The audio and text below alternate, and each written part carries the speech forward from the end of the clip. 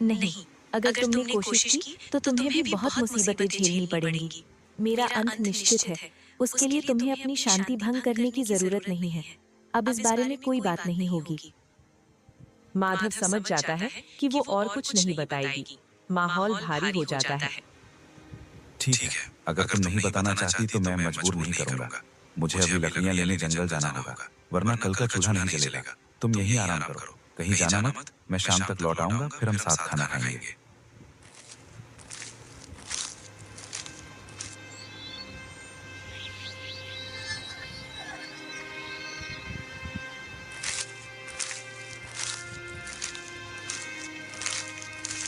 आज जंगल में बहुत देर हो गई। उम्मीद है तुम्हें ज्यादा परेशानी नहीं हुई होगी। मैं अभी खाना बना लेता हूँ। मेरे पास ज्यादा कुछ तो नहीं है, बस रूखी सूखी रोटियां और थोड़ी सब्जी है। लो, खाना खा लो। तुम्हें ताकत की जरूरत है, संकोच मत करना। जो है जैसा है अपना ही समझो। नहीं माधव, मुझे भूख नहीं है, तुम खा लो। मैंने तुमसे कहा था ना, मैं इंसान नहीं हूँ। मेरा शरीर इंसानी खाने को स्वीकार नहीं करता। तो फिर तुम कैसे जिंदा रहोगी? तुम्हारी चोटें कैसे भरेंगी? तुम्हें कुछ तो खाना ही होगा। मैं सिर्फ दूध पीती हूँ। अगर तुम्हारे पास थोड़ा दूध हो तो मेरे लिए वही काफी है। उससे ज्यादा मुझे और किसी चीज की आवश्यकता नहीं है। दूध? मेरे पास गाय तो नहीं है, लेकिन सुबह मैं गांव से थोड़ा दूध लाया था। रुको, मैं अभी लेकर आता हूँ।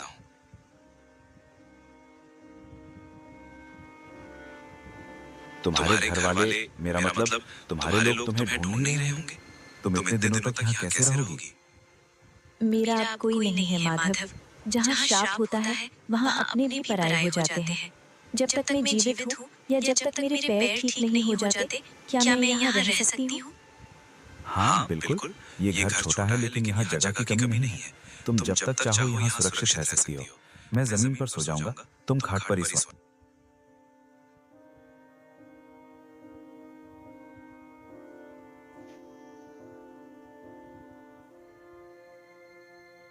माधव रोज की तरह कुल्हाड़ी लेकर जंगल जाने के लिए तैयार है। नैना भी उसके साथ चलने के लिए तैयार खड़ी है। अरे, तुम तैयार क्यों हो गई? तुम्हें अभी और आराम करना चाहिए। जंगल का रास्ता बहुत ऊबड़ खाबड़ है। मैं अब बिल्कुल ठीक हूँ माधव। तुम्हारा दिया हुआ सहारा और सेवा काम आई। अब मैं तुम्हारे घर का मुफ्त का अन्न, मेरा मतलब दूध नहीं पी सकती। मैं भी तुम्हारे साथ चलूंगी। लकड़ियाँ काटने में तुम्हारी मदद करूंगी। तुम लकड़ियां काटोगी? ये तुम्हारा काम नहीं है। तुम घर पर रहो। कम मत समझो मुझे, मैं नागिन हूँ। भूल गए? मुझ में साधारण इंसानों से ज्यादा ताकत है। चलो, देर हो रही है।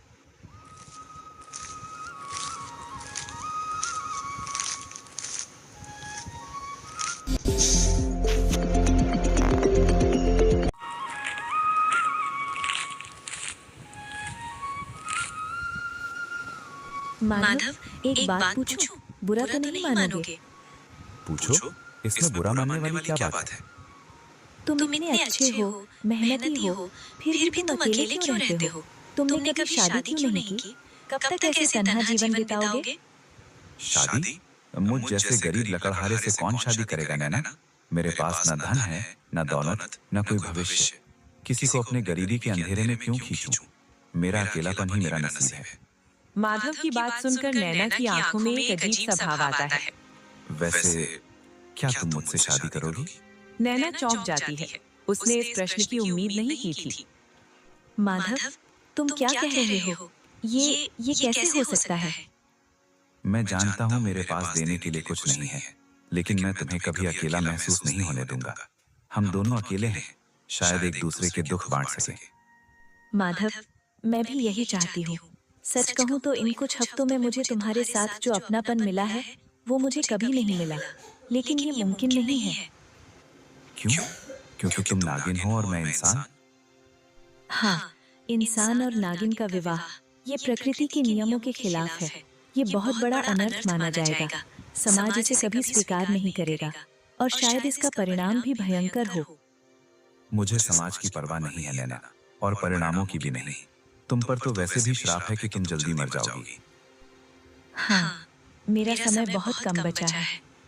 तो फिर क्या तुम ये बची हुई थोड़ी सी जिंदगी भी अकेले, बिना किसी के प्यार के बिताकर इस दुनिया से चली जाना चाहती हो? क्या हम कुछ पल के लिए ही सही एक दूसरे के सुख दुख के साथी नहीं बन सकते? नैना माधव की बातों से पिघल जाती है। उसके पास इनकार करने की कोई वजह नहीं बचती। तुम ठीक कहते हो माधव, अगर मरना ही है तो सुहागन होकर मरूंगी। मुझे मंजूर है, मैं तुमसे शादी करूंगी। मुझे यकीन नहीं होता नैना कि हमारे घर में जल्द ही किलकारियां गूंजेंगी। मेरा अकेलापन हमेशा के लिए खत्म हो जाएगा। हाँ माधव, ये हमारी जिंदगी का सबसे खूबसूरत तोहफा है। लेकिन क्या तुम फिर से उस श्राप के बारे में सोच रही हो? देखो, इतने साल बीत गए, हम साथ हैं और खुश हैं। कुछ नहीं होगा। माधव, नियति को कोई नहीं टाल सकता। मेरा समय अब सच में निकट आ गया है। मुझे अपनी मौत का डर नहीं है। डर इस बात का है कि तुम्हारे और बच्चों का क्या होगा। कुटिया के अंदर से बच्चों के रोने की आवाज आती है। माधव खुशी से पागल होकर अंदर दौड़ता है। नैना खाट पर लेटी है, बहुत कमजोर। बधाई हो माधव, तुम्हारे घर दो जुड़वा चांद से बेटे हुए हैं। नैना, देखो हमारे बेटे। तुम ठीक तो हो ना? माधव, मेरे जाने का समय आ गया है। मेरे श्राप का अंतिम चरण। बोलते बोलते नैना का शरीर सख्त होने लगता है। उसकी त्वचा का रंग बदलने लगता है, जैसे पत्थर की हो रही हो। नैना, ये क्या हो रहा है? नहीं, तुम मुझे छोड़कर नहीं जा सकती। नैना। देखते ही देखते नैना की सुंदर काया पूरी तरह से एक पत्थर की मूर्ति में बदल जाती है।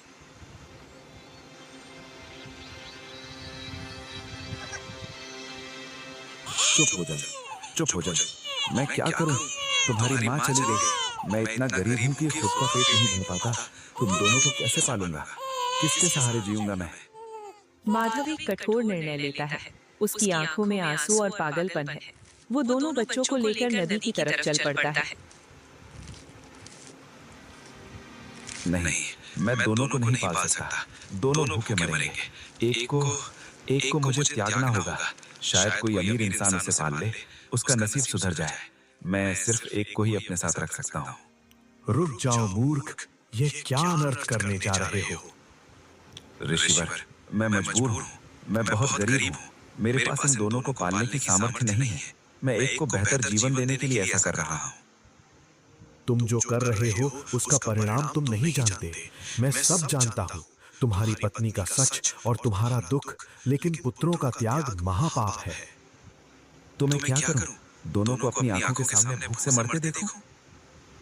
सुनो माधव, तुम्हारे ये दोनों बेटे साधारण नहीं हैं। इनके भाग्य में राजयोग लिखा है। ये दोनों भविष्य में महान राजकुमार बनेंगे और बड़े राज्यों को संभालेंगे। नियति पर भरोसा रखो, इन्हें अलग मत करो। राजकुमार? मेरी टूटी फूटी झोपड़ी में राजकुमार? मैं इन छोटी तसल्लियों में नहीं आने वाला। मुझे यथार्थ में जीना है। ऋषि के मना करने के बावजूद माधव एक बच्चे की टोकरी को नदी की धारा में धकेल देता है। को नदी की धारा में धकेल देता है। बाबा, मैं बचपन से देख रहा हूँ ये मूर्ति ये हमेशा यहीं क्यों पड़ी रहती है? आपने कभी इसे हटाया नहीं, कभी इसकी पूजा नहीं की। बस ये यहाँ एक लाश की तरह पड़ी है। आखिर ये है कौन? बेटा, वो बस एक पुरानी मूर्ति है। जंगल में मिली थी, मैं उठा लाया था। तुम इन बातों में मत पड़ो, अपने काम पर ध्यान दो। नहीं बाबा, आज आपको बताना ही होगा। गांव के लोग तरह तरह की बातें करते हैं। कोई कहता है ये मेरी माँ है, कोई कहता है आपने कोई जादू टोना किया है। सच क्या है? मेरी माँ कहाँ है? वो तुम्हारी माँ ही है बेटा, नैना। मेरी माँ? लेकिन ये तो पत्थर है, ये कैसे हो सकता है? ये एक श्राप था बेटा। तुम्हारी माँ एक साधारण स्त्री नहीं थी, वो एक इच्छाधारी नागिन थी। उसे श्राप मिला था कि तुम्हारे जन्म के बाद वो पत्थर की बन जाएगी, और वैसा ही हुआ। आर्यन सन्न रह जाता है। वो विश्वास और अविश्वास के बीच झूल रहा है। बस यही सच है। अब मुझे जाने दो, लकड़ियां काटनी है। तुम घर पर ही रहना।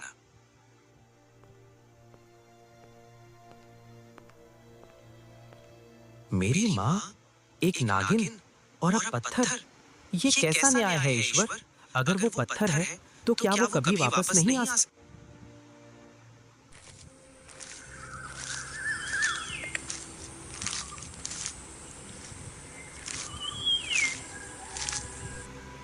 मैं जानता हूँ तुम किस उलझन में हो पुत्र।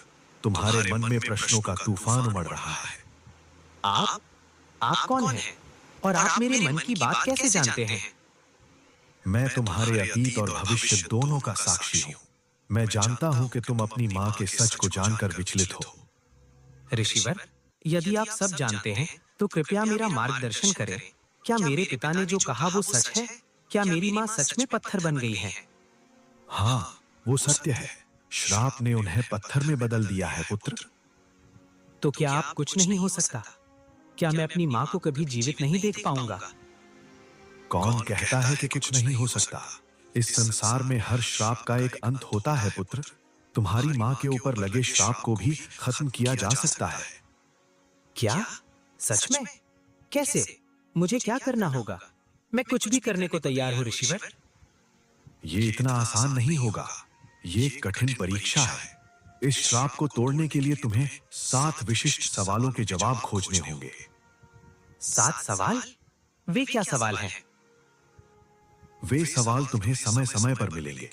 जैसे जैसे तुम एक सवाल का सही जवाब ढूंढ लोगे, तुम्हारी माँ के पत्थर के शरीर का एक अंग वापस इंसान का बनता जाएगा। और जब तुम 7 सवालों के जवाब पा लोगे तो तुम्हारी माँ पूरी तरह से जीवित हो उठेगी। नियति तुम्हें खुद रास्ता दिखाएगी। तुम्हें बस संकेतों को समझना होगा और साहसी बनना होगा। जाओ पुत्र, अपनी यात्रा शुरू करो। बाबा, एक बहुत बड़ी खबर है। मैंने नदी किनारे एक ऋषि से मुलाकात की। ऋषि? कौन ऋषि? तुम बेकार की बातों में मत पड़ो। नहीं बाबा, ये बेकार की बात नहीं है। वे बहुत ज्ञानी थे। उन्होंने मुझे बताया कि माँ के श्राप को तोड़ा जा सकता है। क्या आप बकवास कर रहे हो? वो पत्थर है। पत्थर कभी जिंदा नहीं होते। हो सकते हैं बाबा। ऋषि ने कहा कि मुझे 7 सवालों के जवाब खोजने होंगे। हर जवाब के साथ माँ का एक हिस्सा ठीक हो जाएगा। मैं माँ को वापस ला सकता हूँ। चुप रहो। वो ऋषि झूठा है, ढोंगी है। मैं जानता हूँ उसे। आज से 20 साल पहले भी उसने ऐसी ही बकवास की थी। आप उन्हें जानते हैं? उन्होंने क्या कहा था? उसने कहा था कि मेरे दोनों बेटे राजकुमार बनेंगे, राज करेंगे। और देखो आज हम कहाँ हैं? दाने दाने को मोहताज हैं। उसका हर एक शब्द झूठ था। और अब वो तुम्हें भी झूठे सपने दिखा रहा है। लेकिन बाबा, अगर 1% भी उम्मीद है तो हमें कोशिश करनी चाहिए। क्या आप माँ को वापस नहीं चाहते? मैं और दुख नहीं झेल सकता आर्यन। झूठी उम्मीदें इंसान को मार देती हैं। भूल जाओ ये सब और अपनी सूखी रोटियों पर ध्यान दो। नहीं बाबा, आप हार मान सकते हैं लेकिन मैं नहीं। अगर मेरी माँ को वापस लाने का कोई रास्ता है तो मैं उसे खोज कर रहूंगा। मैं जा रहा हूँ उन सवालों के जवाब ढूंढने। रुक जाओ आर्यन, पागल मत बनो। कहाँ जाओगे? दुनिया बहुत जालिम है। जब तक मैं पहले सवाल का जवाब नहीं ढूंढ लेता, मैं वापस नहीं आऊंगा। आशीर्वाद दीजिए बाबा। कुटिया में एक बार फिर सन्नाटा छा जाता है, जहाँ सिर्फ माधव और नैना की पत्थर की मूर्ति रह जाती है।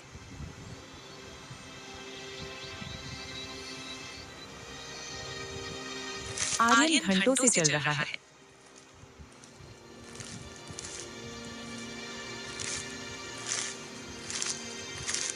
ये कैसी आवाज है? ऐसा लगता है कोई जीव तकलीफ में है। इस सुनसान जंगल में कौन हो सकता है? मुझे जाकर देखना चाहिए। शायद किसी को मेरी मदद की जरूरत हो।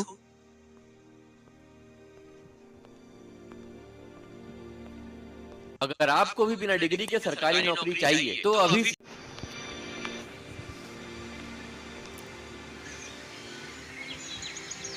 नन्ही जान, तुम्हें तो बहुत चोट लगी है।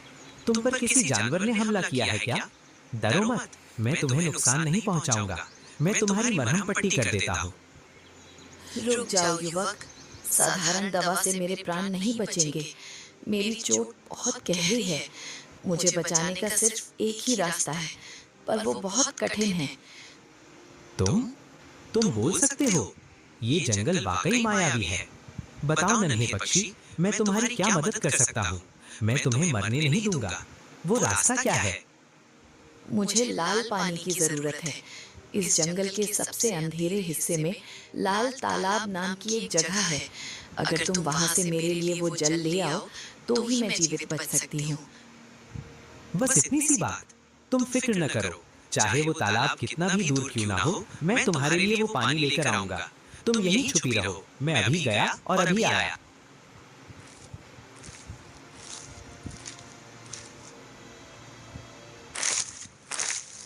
आर्यन कांटों और पत्थरों को पार करते हुए खुले मैदान में पहुंचता है।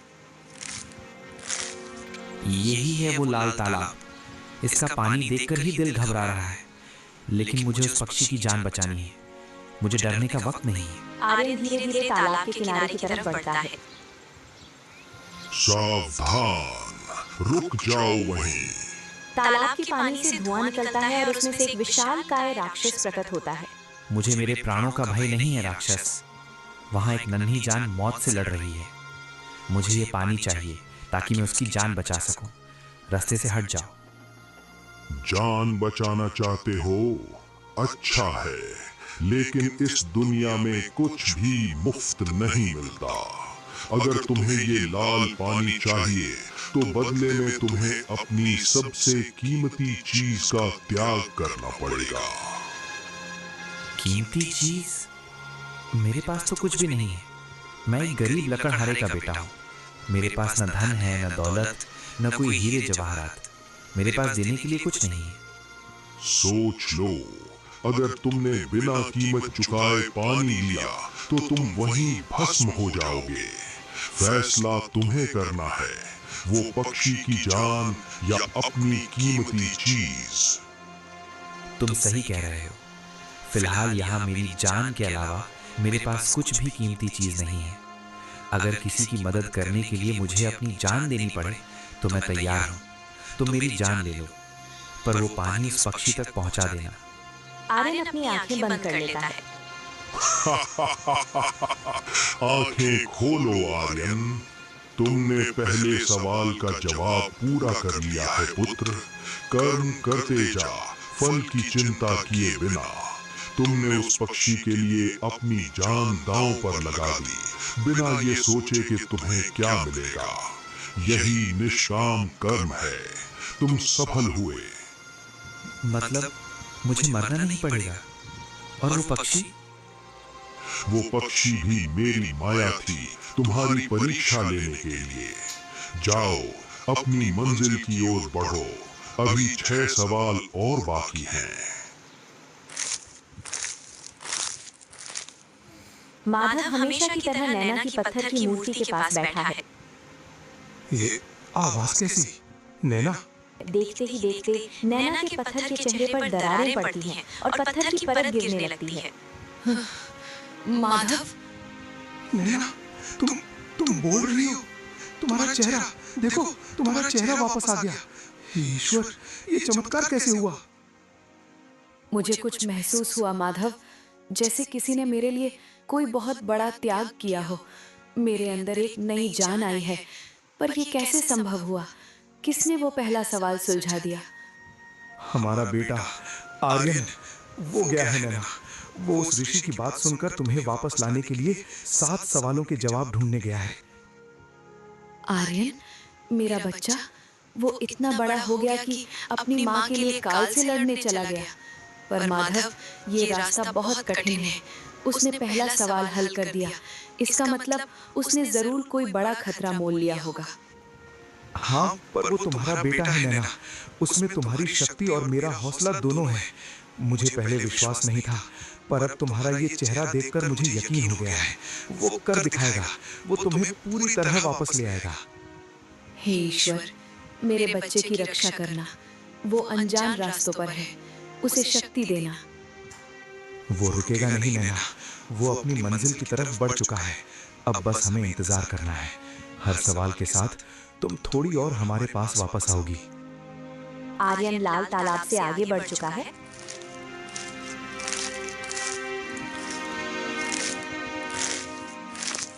ये जगह पिछले रास्ते से भी ज्यादा खतरनाक लग रही है। यहाँ का कोहरा सिर्फ आंखों को नहीं, बल्कि दिमाग को भी धुंधला कर रहा है। ऐसा लग रहा है जैसे हर पेड़ मुझे देख रहा है, हर पत्ता मेरे कदमों की आहट सुन रहा है। मुझे अपने होश कायम रखने होंगे, क्योंकि ऋषि ने कहा था कि अगला सवाल और भी कठिन होगा। माँ, तुम बस थोड़ा और इंतजार करना, मैं हार नहीं मानूंगा। बात कर क्या मैं आपकी कोई मदद कर सकता हूँ? मैं एक यात्री हूँ और दूसरों की पीड़ा मुझसे देखी नहीं जाती। बताइए, किसने आपको इन जंजीरों में जकड़ा है? तुम मेरी मदद करना चाहते हो युवक? यहाँ जो भी आया वो खुद मदद का मोहताज हो गया। मुझे किसी इंसान ने नहीं बल्कि मेरे अपने गुस्से ने यहाँ कैद कर रखा है। सालों पहले मैंने अपने भाई से झगड़ा किया था और गुस्से में उसे मार डाला। तब से मैं इस जंगल में भटक रहा हूँ।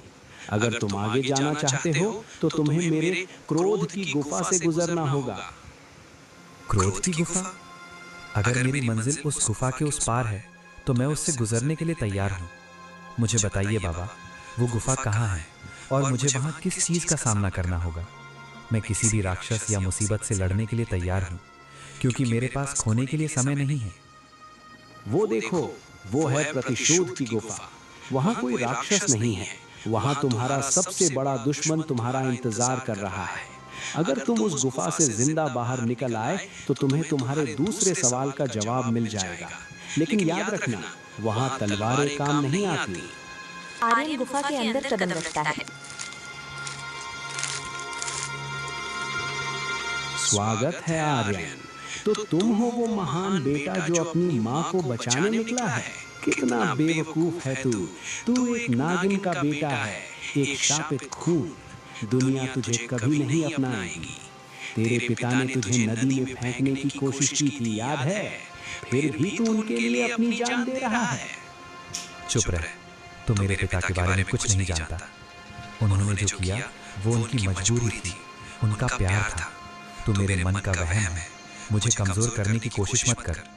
मैं यहाँ सच्चाई की तलाश में आया हूँ, तेरे झूठ सुनने नहीं। हट जा मेरे रास्ते से। सच्चाई?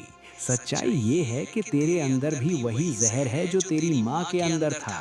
देख अपने गुस्से को, तू मुझे मारना चाहता है ना? उठा अपनी कुल्हाड़ी, तोड़ दे इस दर्पण को। अगर तूने मुझे खत्म नहीं किया तो मैं तुझे खत्म कर दूंगा। गुस्सा ही तेरी ताकत है आर्यन, इसे अपना ले। नहीं, तू चाहता है कि मैं गुस्सा करूं, तू चाहता है कि मैं लड़ूं, लेकिन मैं तेरी चाल समझ गया हूं। तू मेरा दुश्मन नहीं, तू मेरा ही एक हिस्सा है, मेरा डर और मेरा क्रोध। लेकिन मैं तुझे जीतने नहीं दूंगा, मैं तुझे मारूंगा नहीं, मैं तुझे माफ करता हूं। क्या? माफ? तू मुझसे लड़ नहीं रहा? ये कैसे संभव है? बिना लड़े कोई कैसे जीत सकता है? सबसे बड़ी जीत वही है जिसमें किसी को हराया ना जाए बल्कि अपनाया जाए। मैं अपने अतीत को, अपने डर को और अपने गुस्से को माफ करता हूँ। मेरा मन शांत है और शांत मन ही सबसे बड़ा हथियार है। जा, अब मुझे तेरी जरूरत नहीं।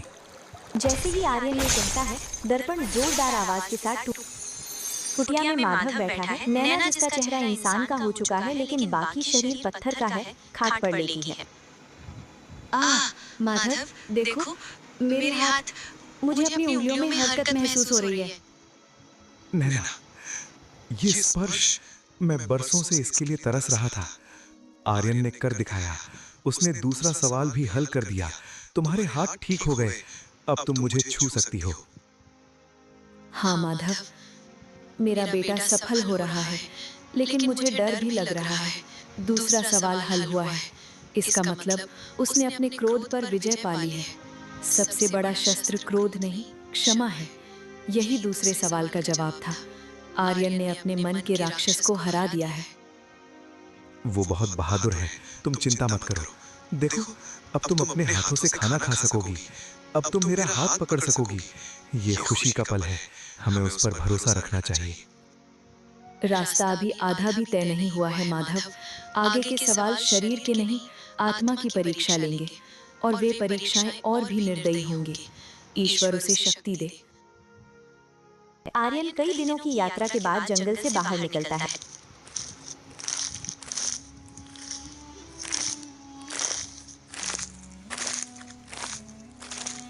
ये कैसी जगह है? यहाँ हर चीज सोने की है, दीवारें, खंबे, यहाँ तक कि जमीन के पत्थर भी।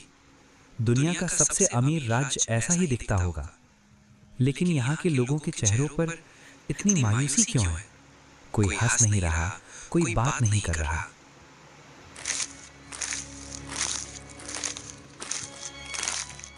भाई, ये क्या कर रहे हो? तुम्हारे हाथ में सोने का कटोरा है, तुम अमीर हो, फिर तुम मिट्टी क्यों खा रहे हो? क्या यहाँ भोजन की कमी है? सोना? हाँ, हमारे पास बहुत सोना है, लेकिन सोना प्यास नहीं बुझाता, सोना पेट नहीं भरता। इस गांव को एक श्राप मिला है, मिदास का लालच। हम जिस चीज को छूते हैं या जो भी फसल उगाते हैं वो सोने की हो जाती है। हमारे पास दौलत तो बेशुमार है, लेकिन हम भूख से मर रहे हैं। ये तो भयानक है। दौलत ही तुम्हारी मौत बन गई है। क्या यहाँ का राजा कुछ नहीं करता? राजा? वो तो अपने महल में बैठा अपनी दौलत गिन रहा है। उसे लगता है कि वो दुनिया का सबसे सुखी इंसान है, क्योंकि उसके पास सबसे ज्यादा सोना है। अगर तुम्हें अपनी जान प्यारी है यात्री, तो यहाँ से भाग जाओ, इससे पहले कि लालच की हवा तुम्हें भी छू ले। मैं भागने नहीं आया हूँ। मुझे लगता है कि मेरा तीसरा सवाल इसी सोने के ढेर में कहीं छिपा है। मुझे तुम्हारे राजा से मिलना होगा। आर्यन राजा के दरबार में पहुंचता है।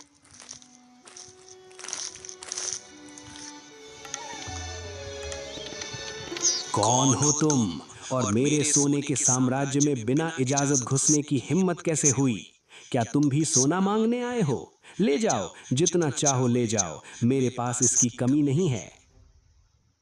Go ahead and run your first Google Ads campaign. महाराज, मैं सोना मांगने नहीं, एक सवाल का जवाब मांगने आया हूँ। मैं देख रहा हूँ कि आपकी प्रजा भूख से मर रही है और आप यहाँ सोने के ढेर पर बैठे हैं। क्या आपको उनकी चीखें सुनाई नहीं देती? भूख, चीखें, ये सब गरीबों की समस्याएं हैं। देखो मेरे पास क्या है, शक्ति, सत्ता और अनंत दौलत। दुनिया का हर सुख मेरे कदमों में है। तुम मुझे उपदेश मत दो बालक, बताओ तुम्हें क्या चाहिए। अगर तुम मेरी तारीफ करोगे तो मैं तुम्हें इतना सोना दूंगा कि तुम्हारी 7 पुश्तें राज करेंगी। महाराज, आप जिसे सुख कह रहे हैं वो असल में एक पिंजरा है। ये सोना निर्जीव है। असली दौलत वो नहीं जो तिजोरी में रखी जाए। असली दौलत वो है जो मन को शांति दे। खामोश, तुम मेरे सुख का अपमान कर रहे हो। मैं तुम्हें अभी मृत्यु दंड दे सकता हूँ, लेकिन मैं तुम्हें एक मौका देता हूँ। मेरे पास एक सवाल है, अगर तुमने उसका जवाब दिया तो मैं तुम्हें जाने दूंगा, वरना तुम्हें भी सोने की मूर्ति बनाकर यही सजा दूंगा। मेरा सवाल ये है कि दुनिया में वो कौन सी चीज है जिसे जितना बांटो वो उतनी ही बढ़ती है, और जिसे जमा करो वो सड़ जाती है। सोच समझकर जवाब देना, क्योंकि तुम्हारा जीवन इसी पर निर्भर है। महाराज, आपके सवाल का जवाब आपके चारों तरफ बिखरा है, लेकिन आप देख नहीं पा रहे। वो चीज सोना नहीं है, वो चीज है ज्ञान और प्रेम, करुणा। धन जमा करने से ईर्ष्या और डर पैदा होता है, जैसे आपके यहाँ हुआ है। लेकिन प्रेम और करुणा को जितना बांटो वो उतना ही बढ़ता है और आत्मा को तृप्त करता है। आपकी प्रजा को सोने की नहीं, आपकी करुणा की जरूरत है। आर्यन का जवाब सुनते ही दरबार में सन्नाटा छा जाता है। ये क्या हुआ? मेरा सोना वो सब अनाज बन गया। ये श्राप नहीं टूटा महाराज, ये आपका भ्रम टूटा है। आपने लालच छोड़ा तो प्रकृति ने आपको वो दिया जिसकी आपको असल में जरूरत थी, जीवन। अब आप अपनी प्रजा का पेट भर सकते हैं। यही असली राजधर्म है। तुम कोई साधारण बालक नहीं हो बालक, तुमने मेरी आंखें खोल दी। तुमने मुझे सिखाया कि असली धन संतोष है। मैं तुम्हारा ऋणी हूँ। तीसरा सवाल हल हुआ आर्यन। असली धन संपत्ति नहीं, संतोष है। तुमने लालच के माया जाल को तोड़ दिया है। अपनी यात्रा जारी रखो। धन्यवाद। 3 सवाल, 3 जवाब। अभी 4 कदम और बाकी हैं। नैना, तुम्हारा दिल धड़क रहा है। आर्यन ने फिर कर दिखाया। उसने तीसरा सवाल भी जीत लिया। अब तुम आधी इंसान बन चुकी हो। माधव, मेरी सांसें मुझे अपनी धड़कन सुनाई दे रही है। मेरा बेटा वो सोने और लालच के जाल में नहीं फंसा, उसने संतोष को चुना।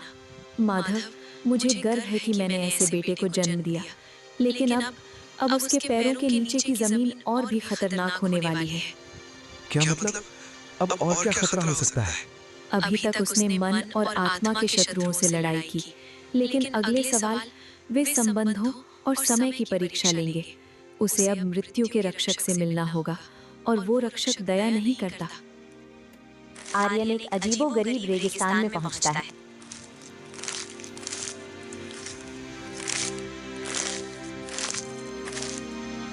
प्रणाम। क्या आप ही चौथे सवाल के रक्षक हैं? मुझे आगे जाने का रास्ता चाहिए। रुक जाओ मुसाफिर, ये समय की घाटी है। यहाँ से आगे जाने का सिर्फ एक ही नियम है, तुम्हें अपना अतीत या अपना भविष्य गिरवी रखना होगा।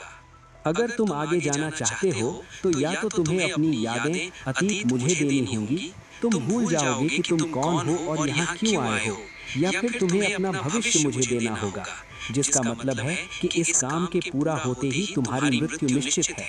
बोलो, क्या चुनोगे? माँ को बचाने के लिए खुद को भूल जाओगे या खुद को मिटा दोगे? ये कैसा क्रूर न्याय है? क्या अतीत या भविष्य? इसका क्या मतलब है? यही समय का नियम है। कुछ पाने के लिए समय की कीमत चुकानी पड़ती है। तुम्हारा समय शुरू होता है अब। अगर मैं भूल गया कि मैं कौन हूँ तो मेरी माँ का इंतजार व्यर्थ हो जाएगा। मैं यादों का सौदा नहीं कर सकता। और रही बात भविष्य, मैंने फैसला कर लिया है समय के रक्षक। मेरा अतीत मेरी माँ की यादें हैं, मेरे पिता का संघर्ष है। अगर मैं उसे भूल गया तो मेरे जीवन का उद्देश्य ही खत्म हो जाएगा। एक बेटे का अस्तित्व उसकी जड़ों से है, इसलिए मैं अपनी यादों का सौदा नहीं कर सकता। तो क्या तुम मृत्यु को चुनने के लिए तैयार हो? अपना भविष्य मुझे सौंपने का मतलब है कि जिस पल तुम्हारी माँ ठीक होंगी उसी पल तुम्हारे प्राण पखेरु उड़ जाएंगे। क्या तुम्हें मंजूर है? तुम्हारे प्राण पखेरु उड़ जाएंगे। क्या तुम्हें मंजूर है? हाँ, मुझे मंजूर है। अगर मेरे भविष्य की बलि देने से मेरी माँ को उनका जीवन वापस मिलता है तो ये सौदा सस्ता है। मेरे भविष्य का सबसे खूबसूरत पल वही होगा जब मेरी माँ अपनी आंखों से दुनिया देखेगी। उसके बाद मुझे जीने की लालसा नहीं है। ले लो मेरा भविष्य। उठो आर्यन, तुमने समय को हरा दिया है। क्या आपने मेरे प्राण नहीं लिए? समय का चौथा नियम यही है कि जो मृत्यु के भय से मुक्त हो जाता है, समय उसका गुलाम हो जाता है। तुमने अपने भविष्य की चिंता छोड़कर वर्तमान में धर्म को चुना। तुम्हारा त्याग ही चौथे सवाल का जवाब है। जीवन की लंबाई नहीं, उसकी गहराई मायने रखती है। जाओ पुत्र, तुम्हारा भविष्य सुरक्षित है, क्योंकि जिसने आज को जीत लिया कल उसी का है। कुटिया में चमत्कार हो रहा है। माधव, माधव, जल्दी आओ। देखो मेरे पैरों को उंगलियां हिल रही हैं। मुझे जमीन की ठंडक महसूस हो रही है। हे ईश्वर, ये सच है। पत्थर पिघल गया नैना। तुम्हारे पैर ये बिल्कुल पहले जैसे हो गए हैं। आर्यन ने चौथा सवाल भी जीत लिया। उसने काल को हरा दिया। माधव, मुझे सहारा दो। मैं खड़ा होना चाहती हूँ। 20 साल हो गए, मैंने अपने पैरों पर जमीन को महसूस नहीं किया। मुझे खड़ा करो। आज मेरा वनवास खत्म हुआ नैना। तुम अपने पैरों पर खड़ी हो। अब बस 3 सवाल और फिर तुम पूरी तरह ठीक हो जाओगी। हाँ, लेकिन आर्यन, उसने जरूर कोई बहुत बड़ी कीमत चुकाई होगी। मुझे महसूस हो रहा है कि उसने अपनी जान दांव पर लगाई थी। मेरा बेटा आग से खेल रहा है। माधव, आर्यन अब एक ऐसे जंगल में प्रवेश करता है जो बहुत ही सुंदर है, हद से ज्यादा सुंदर। पिछली जगहें डरावनी थी, लेकिन ये जगह कुछ ज्यादा ही खूबसूरत है। इतनी शांति, ये शांति असली नहीं हो सकती। ऋषि ने कहा था कि 5वां सवाल सत्य की परीक्षा लेगा। मुझे सावधान रहना होगा। तभी झील के पानी में हलचल होती है। आर्यन, मेरे बेटे, तुम आ गए। देखो मैं ठीक हो गई हूँ। तुम्हारी तपस्या सफल हुई। आओ, मुझे गले लगा लो। बेटा, अब और कोई सवाल नहीं बचा। सब खत्म हो गया। देखो, हम अमीर हो गए हैं। ये जंगल हमारा राज्य है। अब हमें उस टूटी हुई कुटिया में वापस नहीं जाना है। आओ, हमारे साथ रहो। माँ, बाबा, क्या ये सच है? क्या मैं जीत गया? क्या सारे सवाल खत्म हो गए? हाँ मेरे लाल, बस इस झील का पानी पी लो और तुम अपनी सारी थकान भूल जाओगे। फिर हम हमेशा खुशी से रहेंगे। कोई दुख नहीं, कोई श्राप नहीं। नहीं, ये सच नहीं हो सकता। क्या हुआ बेटा? अपने माता पिता पर शक कर रहे हो? ये पानी पी लो। तुम मेरी माँ नहीं हो सकती। मेरी माँ के चेहरे पर 20 साल के दुख की लकीरें हैं जो तुम्हारे चेहरे पर नहीं हैं। मेरे पिता गरीब हैं, लेकिन उनकी लीड सीधी है। वो लालच में झुकने वाले नहीं हैं। ये सब झूठ है, ये माया जाल है। अद्भुत आर्यन, तुमने सबसे कठिन शत्रु को हराया है। मीठा झूठ। 5वें सवाल का जवाब है कड़वा सत्य मीठे झूठ से बेहतर है। तुमने प्रलोभन को ठुकराकर यथार्थ को चुना। तुम विजयी हुए। सत्य कड़वा होता है, पर वही मुक्ति देता है। मैंने अपने अतीत को अपनाया, अपनी गरीबी और दर्द को अपनाया, क्योंकि वही मेरा सच है। मैं किसी काल्पनिक स्वर्ग में नहीं रहना चाहता। माधव, देखो, मेरी आंखों के नीचे के काले घेरे गायब हो गए। मुझे ऐसा लग रहा है जैसे मुझ में 20 साल पुरानी ताकत वापस आ गई है। मैं अब कमजोर महसूस नहीं कर रही। इसका मतलब आर्यन ने 5वां सवाल भी हल कर दिया। उसने माया को हरा दिया होगा। अब तुम सिर्फ इंसान नहीं, बल्कि एक स्वस्थ और बलवान स्त्री हो। 5 सवाल, 5 जीत। लेकिन माधव, अब सिर्फ 2 सवाल बचे हैं और मुझे डर है कि छठा सवाल सबसे ज्यादा दर्दनाक होगा। ऋषि ने कहा था, छठा सवाल त्याग की चरम सीमा है। रास्ता खत्म हो गया। वो दरवाजा उस पार है, लेकिन बीच में ये हजारों फीट गहरी खाई है। मैं वहां कैसे पहुंचूंगा? न कोई पुल है, न उड़ने की शक्ति। रुक जाओ राही, ये विश्वास की खाई है।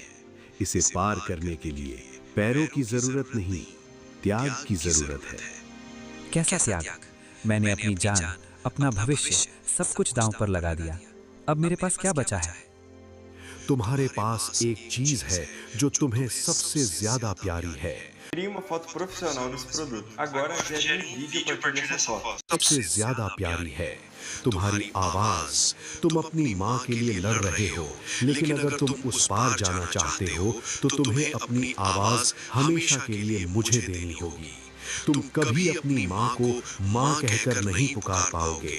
तुम कभी अपने पिता से बात नहीं कर पाओगे। तुम जीवन भर गूंगे रहोगे।